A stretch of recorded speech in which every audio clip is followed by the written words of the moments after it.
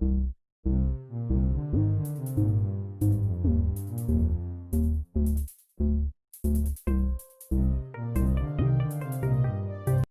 Friends, welcome to my YouTube channel commerce classes by Vishal sir. आप सभी का मेरे YouTube channel commerce classes by Vishal sir में एक बार फिर से हार्दिक स्वागत है। बच्चों, जैसे कि आप अच्छे से जानते हैं कि हम बिजनेस स्टडीज़ चैप्टर 5 ऑर्गेनाइजिंग पढ़ रहे हैं और आप कह सकते हैं ऑर्गेनाइजिंग में ये वीडियो नंबर 4 है। मैंने 3 वीडियोज़ और इससे पहले बनाई हैं, टोटल 4 वीडियोज़ बनाई हैं, तो आप उन पहले 3 वीडियोस को ज़रूर देखें अगर आपने नहीं देखा है। आज की वीडियोस बहुत बहुत बहुत इंपॉर्टेंट आने वाली है। ये हम पढ़ेंगे डेलीगेशन ऑफ अथॉरिटी पे, डेलीगेशन ऑफ अथॉरिटीज़। आपने सुना होगा इसका नाम, ठीक है। डेलीगेशन और डिसेंट्रलाइजेशन, डिसेंट्रलाइजेशन एंड सेंट्रलाइजेशन, इन सब के बारे में पढ़ने वाले हैं। बहुत इंपॉर्टेंट वीडियो होने वाली है, आप इसको पूरी एंड तक ज़रूर देखें। या आगे BBA, MBA, CA foundation, CS foundation, सब में बहुत अच्छे से यूज़ होती है। टॉपिक बहुत बहुत इंपॉर्टेंट है, तो आप इसे बहुत ध्यान से देखें। आइए हम पढ़ाई की ओर चलते हैं। आज का टॉपिक है डेलीगेशन ऑफ अथॉरिटी। होता क्या है ये डेलीगेशन ऑफ अथॉरिटी? से हिंदी में कहते हैं अधिकार का सौंपना या अधिकारों को बांटना। क्या होता है हम पढ़ते हैं। देखो, डेलीगेशन ऑफ अथॉरिटी के बारे में आप ये मत सोचिए कि इसमें क्या लिखा है, मैं आपको देसी लैंग्वेज में बताने की कोशिश करता हूँ। डेलीगेशन ऑफ अथॉरिटी क्या होता है? मान लो एक बॉस का काम, एक सुपीरियर का काम, एक आपके कंपनी या स्कूल के प्रिंसिपल या बॉस का काम बहुत ज़्यादा बढ़ जाता है। उसको काम कंट्रोल में करना नहीं आ रहा, उसको समझ नहीं आ रहा कि कौन सा काम मैं पहले करूं, कौन सा बाद में करूं, तो वो ओवरबर्डन्ड हो रहा है। तो वो क्या करता है, धीरे धीरे अपना काम जो है ना, अपने जूनियर्स को, सबॉर्डिनेट्स को ट्रांसफ़र करना, डेलीगेट करना शुरू कर देता है और उनके साथ साथ उनको उस काम को करने के लिए राइट्स भी दे देता है। तो इस प्रोसेस को, जो अपना काम दूसरों को बांट रहा है, साथ साथ उनको राइट्स दे रहा है, इसी को अथॉरिटी दे रहा है, तो इसको हम कहते हैं डेलीगेशन ऑफ अथॉरिटी। ठीक है। तो delegation of authority, I hope आपको थोड़ा समझ में आया होगा। जब किसी बॉस, एम्प्लॉइज़, सीनियर का काम बहुत ज़्यादा बढ़ जाता है, तो अपना काम हल्का करने के लिए, जो बहुत ज़्यादा इंपॉर्टेंट काम नहीं होता, कम इंपॉर्टेंट वाला काम आगे ट्रांसफ़र अपने सबॉर्डिनेट्स को या जूनियर्स को कर देता है। इसको हम डेलीगेशन ऑफ अथॉरिटी करते हैं और साथ में उनको काम को पूरा करने के लिए राइट्स और अथॉरिटी भी उनको दे देता है। इसी को डेलीगेशन ऑफ अथॉरिटी कहते हैं। तो पढ़ते हैं, आइए इसके बारे में हम देखते हैं क्या है। ये रहा delegation of authority. Delegation means assigning work to others and giving them authority to do. जो भी दूसरे हैं या जो भी जूनियर्स हैं उनको अपना काम दे देना और साथ में उनको उस काम को पूरा करने के लिए अथॉरिटी भी दे देना, ये डेलीगेशन कहलाता है। ठीक है। It is a downward transfer. हमेशा ध्यान रखना, डेलीगेशन में ऊपर से नीचे चलता है। ये एक बॉस है, मान लो ये बॉस अपने एम्प्लॉयज़ को या सबॉर्डिनेट को, एम्प्लॉयज़ कह दो या सबॉर्डिनेट कह दो, अपना काम सौंप रहा है। ठीक है। ये हमेशा ऊपर से नीचे चलता है। तो it is a downward transfer of authority from a superior to subordinate. इसमें अथॉरिटी दी जाती है, जो उसमें अथॉरिटी है वो ऊपर से नीचे चलेगी। हमेशा बॉस नीचे वाले को देगा और साथ साथ उसको राइट्स और अथॉरिटी भी देगा काम को करने के लिए। ठीक है। जैसे दे रहा है, देखो ये आप कह सकते हैं इस एग्जांपल में, ये तो है बॉस, आपका सुपीरियर, और ये है एम्प्लॉय या सबॉर्डिनेट, एक ही बात है। ठीक है। ये तो ये इसको काम सौंप रहा है। ठीक है। ये चाबी का मतलब राइट भी दे रहा है, अथॉरिटी भी दे रहा है। तो you can understand it enables the manager to distribute their workload to others. तो इससे मैनेजर अपने काम को बांट सकते हैं, दूसरे को या जूनियर्स को दे सकते हैं। ये डेलीगेशन अथॉरिटी और समझ जाती हैं। It means it's granting of authority to subordinate to operate within the prescribe limit.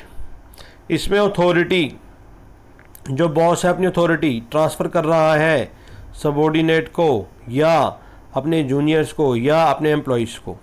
ठीक है। एक प्रेस्क्राइब लिमिट में, पूरी लिमिट ना देखिए, उसके साथ साथ कुछ राइट्स भी देगा।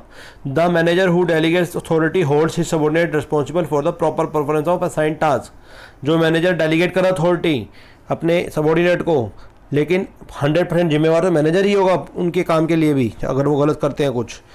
To make sure that his subordinate perform all the work effectively and efficiently in expected manner, the manner create accountability. ठीक है। तो ये है आपका delegation of authority. I hope आपको ये अच्छे से क्लियर होगा।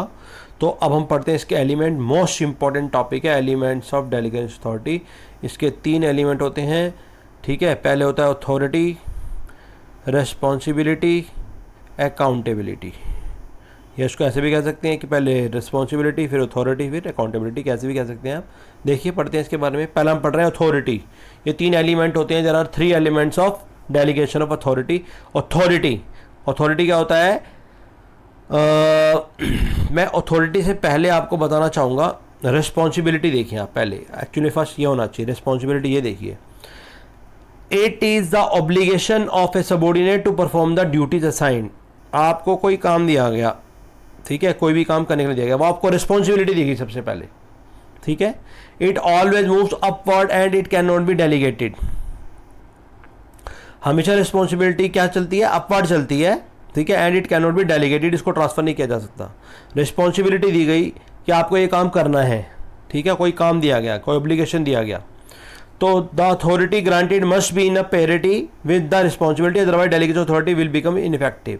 तो अगर आपको कोई काम दिया गया तो साथ में आपको उसकी अथॉरिटी भी मिलनी चाहिए, तभी आप उस काम को कर पाएंगे, अदरवाइज आप इस काम को नहीं कर पाएंगे। तो इसलिए रिस्पॉन्सिबिलिटी के साथ साथ अथॉरिटी मिलना भी बहुत ज़रूरी है, अदरवाइज आपका जो डेलीगेशन है वो बेकार हो जाएगा, ठीक है। मैं यहाँ पर बहुत सारे केस में एक एग्जांपल देता हूँ, अगर आप कहो तो मैं आपको दे सकता हूँ। सुनिए आप ध्यान से। मान लो आपके फादर ने आपको एक काम बताया, आपके फादर ने आपको कहा बेटे जाओ बिजली का बिल जमा करा के आओ, ठीक है, आज लास्ट डेट है, ऑनलाइन नहीं कराना। अब तो खैर ऑनलाइन ही हो रहा है सब कुछ, हम वैसी बात नहीं कर रहे हैं। तो आपको जाके बिजली के ऑफिस में जमा करा के आना है। 2000 रुपये का बिल था और आपके पापा ने क्या करा, आपको एक रिस्पॉन्सिबिलिटी दी, ये हम कहेंगे दिस इज़ द रिस्पॉन्सिबिलिटी कि बिजली का बिल जमा कराना है आपको, ठीक है। तो आपने क्या करा, आपको साथ में आपके पापा कह रहे हैं ले बाइक की चाबी, मेट्रो से नहीं जाना, बस से नहीं जाना, आप अपनी कन्वेंस से जाएंगे और जमा करा के शाम को मुझे रिपोर्टिंग देंगे, ठीक है। तो आपके पापा ने आपको अथॉरिटी दी साथ में, बाइक जो दी है, बाइक की चाबी जो दी है, ठीक है, वो क्या है, अथॉरिटी दी आपको, ठीक है, कि आप इस काम को करें, आपको ये अधिकार मिल रहे हैं कि आप ऐसा कर सकते हैं। 2000 का बिल था, आपको उन्होंने 2100 रुपीज़ दिए। और साथ में जो आपसे पूछा जाएगा शाम को, उससे बोलेंगे अकाउंटेबिलिटी, मतलब रिपोर्टिंग आपकी होगी, आपसे रिपोर्टिंग पूछी जाएगी जमा हुआ या नहीं हुआ, हो गया तो बहुत अच्छी बात है, नहीं हुआ तो क्यों नहीं हुआ। तो आप और ओवर स्मार्ट थे, आपने क्या करा, खुद ना करके अपने छोटे भाई को बुलाया और कहा ये पकड़ 50 रुपीज़ और ये पकड़ बाइक की चाबी और बिल जमा करा के 4 बजे तक शाम को बिल जमा होना चाहिए। तो आपने अपने छोटे भाई को कहा और उसने वो काम कर दिया, और शाम को आके आपने अपने पापा को जो रिपोर्टिंग दी वो आपने दी। अकाउंटेबिलिटी जो बनेगी वो अकाउंटेबिलिटी आपकी बनेगी, ठीक है, अपने पापा के प्रति। हाँ बेशक आप किसी और से भी करा सकते हैं। तो यहाँ पर अकाउंटेबिलिटी जो तीसरा वर्ड है वो अकाउंटेबिलिटी है। पहला जो असाइन किया गया था वो रिस्पॉन्सिबिलिटी थी, उसके कारण आपके पापा ने आपको बाइक की चाबी दी, वो अथॉरिटी थी, और एंड में जो आपसे पूछा जा रहा है वो आपकी अकाउंटेबिलिटी होगी। जो 3 स्टेप हैं ये पूरी प्रोसेसिंग कहलाती है डेलीगेशन ऑफ अथॉरिटी। तो ये रिस्पॉन्सिबिलिटी आपको समझ में आ गई होगी। अब हम बात करते हैं अथॉरिटी की। अथॉरिटी में आपको बता दिया, it is the right of an individual to command his subordinate and to take action within the limits of his position. उसको कुछ पावर देना, कुछ राइट्स देना कि वो अपनी लिमिट पोजीशन में रहता हुआ कुछ क्या कर सके, एक्शन ले सके सही समय पर, उसकी पावर देना, ये अथॉरिटी कहलाता है। तो जो आपको यहाँ पर बाइक की चाबी दी गई थी, मैं भी एग्जांपल दे रहा था आपको, ठीक है, बाइक की जो की दी गई और कुछ पैसे दिए गए साथ में, वो आपको क्या दिया गया, वो आपको अथॉरिटी दी गई, वो अथॉरिटी कहलाएगी आपकी, ठीक है। तो पहला रिस्पॉन्सिबिलिटी, दूसरा अथॉरिटी, और तीसरा हम पढ़ रहे हैं अकाउंटेबिलिटी। ये रहा जवाबदेही, अकाउंटेबिलिटी बोलते हैं इसको। तो accountability means answerability for the final outcome of the assigned task. ये बहुत इंपॉर्टेंट है, तीनों ही बहुत इंपॉर्टेंट है। अकाउंटेबिलिटी का मतलब होता है जो काम रिस्पॉन्सिबिलिटी आपको सौंपी गई है, अगर एंड में आपसे ही उसके बारे में पूछा जाएगा कि वो काम हुआ या नहीं हुआ, गलत हुआ तो क्यों हुआ, और अच्छा हुआ तो बहुत अच्छी बात है, ठीक है। तो अकाउंटेबिलिटी है। और इसलिए क्वेश्चन आता है कई बार कि इज अकाउंटेबिलिटी बी डेलीगेटेड, तो आप कहेंगे नहीं, it can not be delegated and flows upward, ठीक है। ये हमेशा नीचे से ऊपर की चलती है, अकाउंटेबिलिटी ऐसे चलती है। जो सबॉर्डिनेट है वो हमेशा अपने बॉस के प्रति बताएगा, अकाउंटेबिलिटी नीचे से ऊपर चलेगी, और इसको कभी डेलीगेट नहीं किया जा सकता। हालांकि हमने पीछे एग्जांपल पढ़ा था, उसने अपने ब्रदर से काम करा दिया था, ठीक है, या आपने अपने ब्रदर से काम करा लिया था, वो ठीक है, ओके है, लेकिन अकाउंटेबिलिटी आपकी ही रहेगी फाइनल, और आपको ही बताना पड़ेगा, ठीक है। तो ये आई होप आपको ये तीनों बातें समझ में आ गया होगा। रिस्पॉन्सिबिलिटी क्या होती है, अथॉरिटी क्या होती है, और अकाउंटेबिलिटी क्या होती है। Here a subordinate is accountable to his superior for his performance and at the same time the superior would still compensate for the outcome। तो वो नीचे यही वाली बात बता रहा है जो मैं आपको बता रहा हूँ कि हमेशा एक जो सबॉर्डिनेट है वो अकाउंटेबल होता है अपने बॉस के प्रति।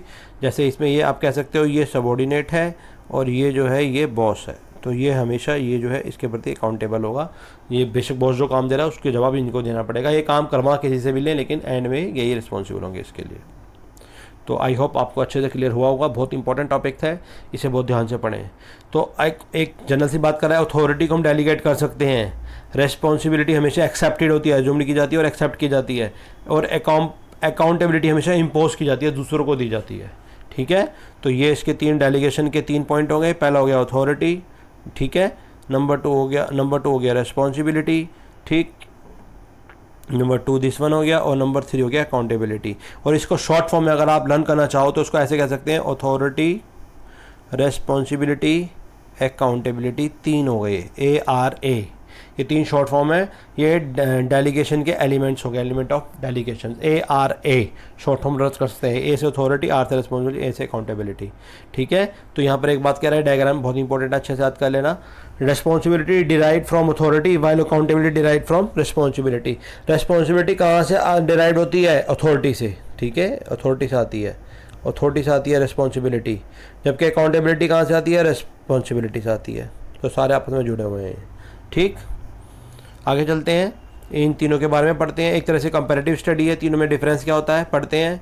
ये अथॉरिटी है, ये रिस्पॉन्सिबिलिटी है, और ये अकाउंटेबिलिटी में ACC कर सकते हो, शॉर्ट फॉर्म बनाना चाहो तो ARA। तो पहला मीनिंग आप समझ में आ गया होगा, राइट टू कमांड। अथॉरिटी क्या होती है? किसी को कमांड देना, अधिकार देना काम, ठीक है, राइट। अच्छा, रिस्पॉन्सिबिलिटी ऑब्लिगेशन देना, इसमें राइट देना, इसमें ऑब्लिगेशन देना, टू परफॉर्म असाइन ड्यूटी, वो काम को कर सके, जिम्मेवारी, जिम्मेवारी कहते हैं इसको हम। अथॉरिटी अधिकार, अकाउंटेबिलिटी क्या होता है? Outcome of the assign task, क्या आउटकम निकलेगा वो अकाउंटेबिलिटी है। डेलीगेशन कैसा होता है? यस, इसको डेलीगेट किया जा सकता है, अथॉरिटी को किया जा सकता है, इसको क्या बाकियों को नहीं किया सकता, ना तो रिस्पॉन्सिबिलिटी को और ना ही किसको? अकाउंटेबिलिटी को, इसको नहीं किया जा सकता और इसको भी नहीं किया जा सकता। और कम्स फ्रॉम कहाँ से आती है? फॉर्मल पोजीशन से आती है हमेशा, क्या? अथॉरिटी।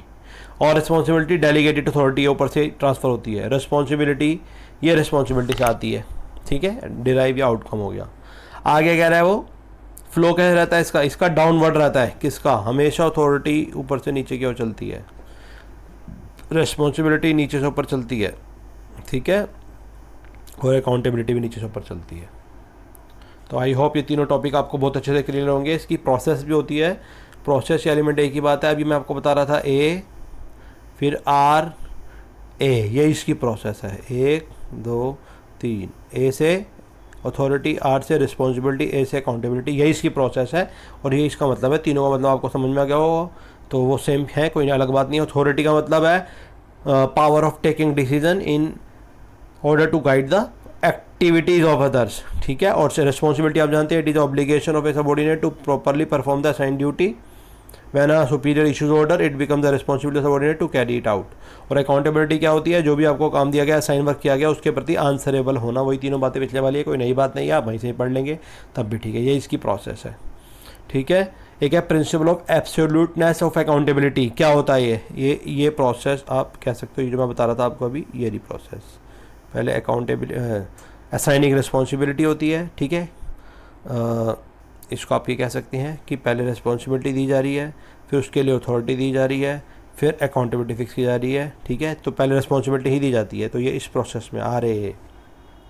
अगर प्रोसेस की बात करते हैं, वो भी 6 एलिमेंट थे, ये प्रोसेस की बात कर रहे हैं। और अब हमें क्या बता रहा है यहाँ पर, ये authority can be delegated but responsibility accountability can not be delegated by manager. Authority delegate हो सकती है, लेकिन आपकी रिस्पॉन्सिबिलिटी और अकाउंटेबिलिटी कभी भी डेलीगेट नहीं हो सकती। आप अथॉरिटी को ट्रांसफ़र कर सकते हैं, दूसरे को सौंप सकते हैं, लेकिन आप अपनी असाइनिंग जो वर्क मिला है उसको, और जो उस काम को करने की रिपोर्टिंग है, वो आगे ट्रांसफ़र नहीं कर सकते, ठीक है। तो the authority granted to a subordinate can be taken back and re delegated to another person.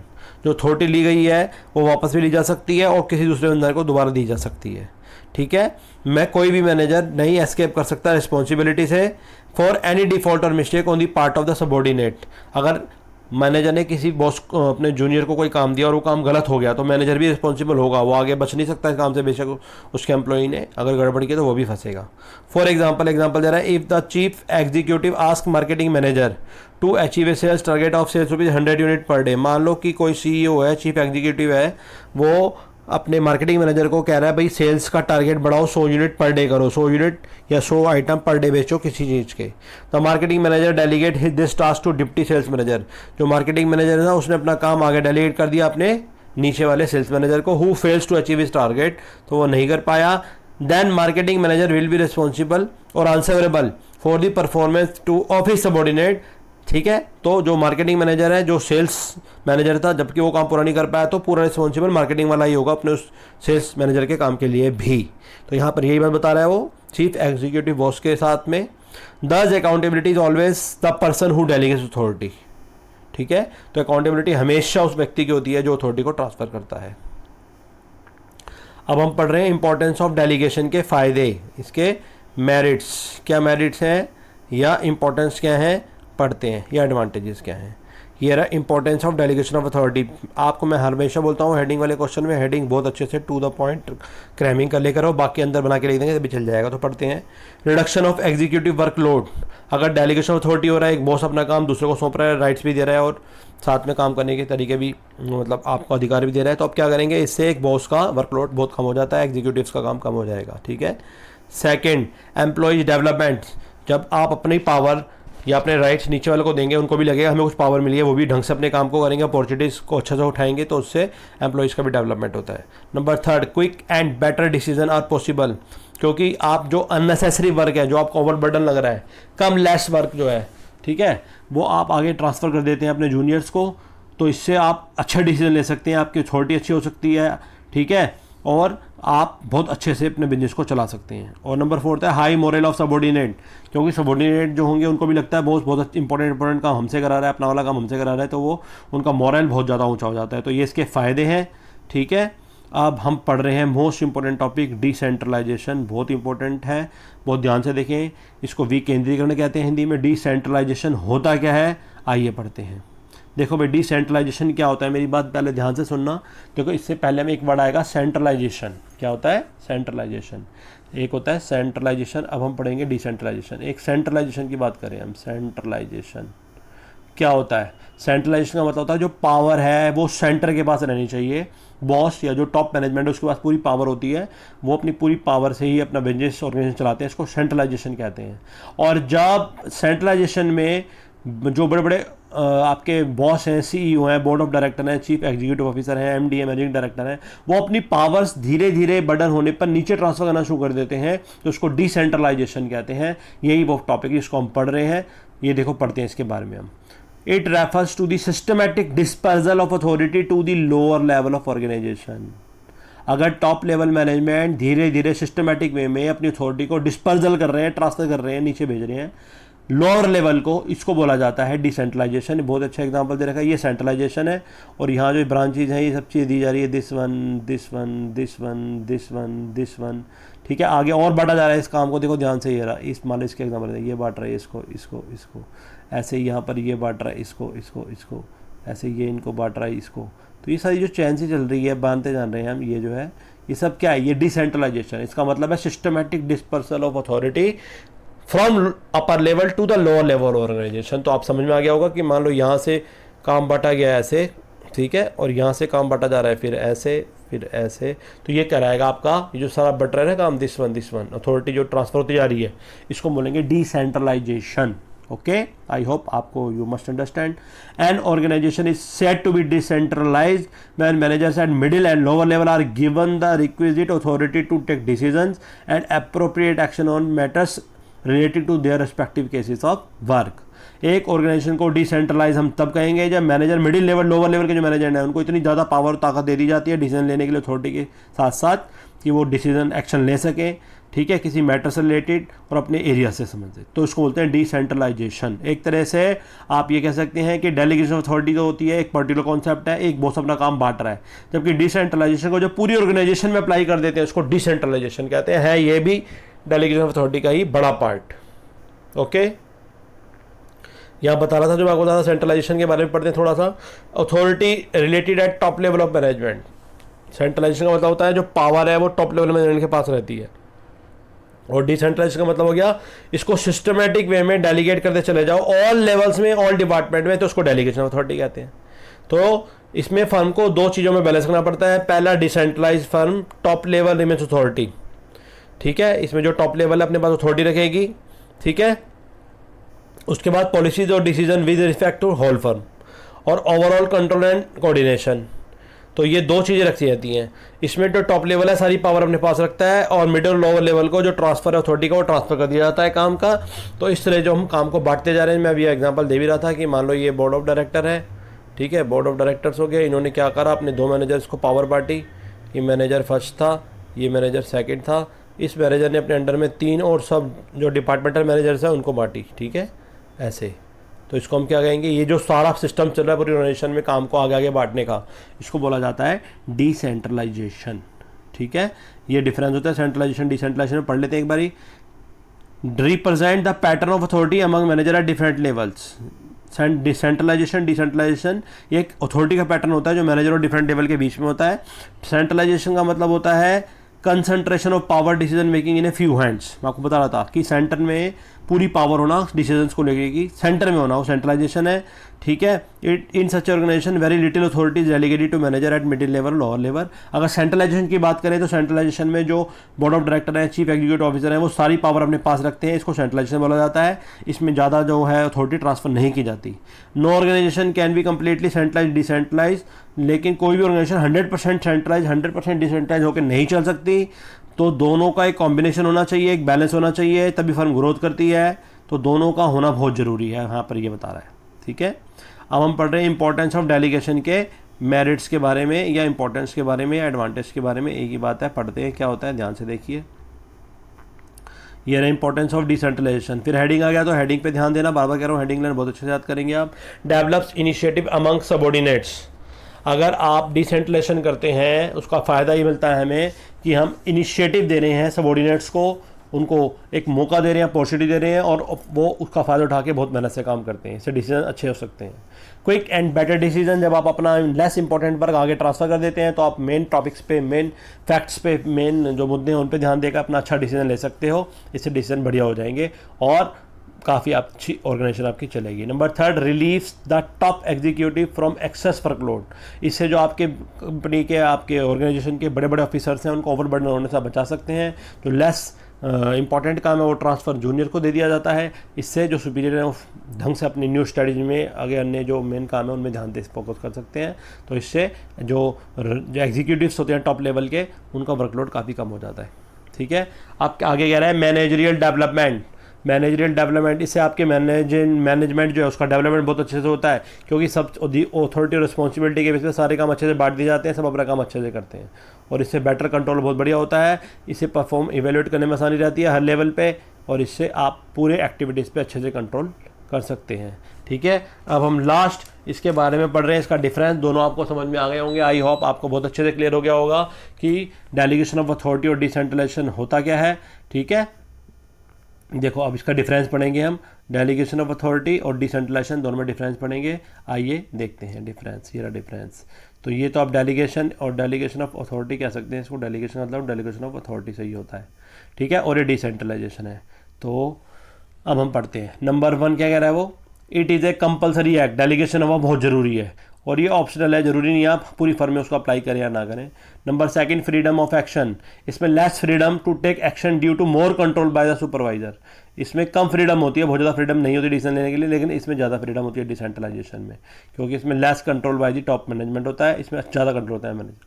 Number 3, status. It is a process of sharing task and authority, ठीक है। ये एक प्रोसेस है काम बांटने की और अथॉरिटी बांटने की। ये एक रिजल्ट है पॉलिसी डिसीजंस का और टॉप लेवल के द्वारा। Number 4, narrow. ये एक नैरो है और ये एक वाइड वो है। ये नैरो है, नैरो का मतलब रिजिड होना, as it is confined to a superior and is immediate and boss. जब हम एक बॉस, ओनली वन बॉस और वन सबॉर्डिनेट की बात करते हैं, ठीक है, तो ये क्या होता है, ये नैरो हो गया। ये वाइड का मतलब होल फर्म में जब होता है प्रोसेसिंग पूरा बांटने वाला, सभी लेवल्स पे होता है, सभी जगह होता है, तो इसको कहा जाता है डिसेंट्रलाइजेशन। जबकि डेलीगेशन में सिर्फ एक और बॉस और एक सबॉर्डिनेट की बात होती है। तो ये नैरो है, ये वाइड कॉन्सेप्ट है। Purpose to reduce the burden of manager के बर्डन को कम करने के लिए इसको यूज़ किया जाता है। और इसमें to increase the role and autonomy of the lower level of management, ये बढ़ाने के लिए होता है। तो आई होप आपको ये वीडियो बहुत अच्छी लगी होगी। ये बहुत इंपॉर्टेंट था। CS, HWA, BCom सब जगह बहुत इंपॉर्टेंट टॉपिक है जो बहुत अच्छे यूज़ होता है। खाली 12th लेवल पे ही नहीं है, ये बहुत सारे लेवल्स पे है। तो अगर आपको ये वीडियो अच्छी लगे तो आप इसको लाइक करें, मेरे चैनल को सब्सक्राइब करें, अपने जैसे फ्रेंड्स में शेयर जरूर करें। ज्ञान हमेशा बांटने से बढ़ता है। जितना ज़्यादा आप अपने दोस्तों को समझाएंगे, जितना ज़्यादा इस वीडियो को शेयर करेंगे, आपकी भी नॉलेज उतनी बढ़ेगी। इसी के साथ आपका इस वीडियो को देखने के लिए बहुत बहुत धन्यवाद। मैंने अकाउंट्स पे बहुत सारी वीडियोस बनाई हैं। मैंने ऑर्गेनाइजिंग, स्टाफिंग, प्लानिंग सब पे वीडियोस बनाई हैं। आप देखते रहें और आप अच्छी अपनी पढ़ाई करते रहें और बहुत अच्छी स्कोरिंग करते रहें। इसी के साथ आपका इस वीडियो को देखने के लिए बहुत बहुत धन्यवाद।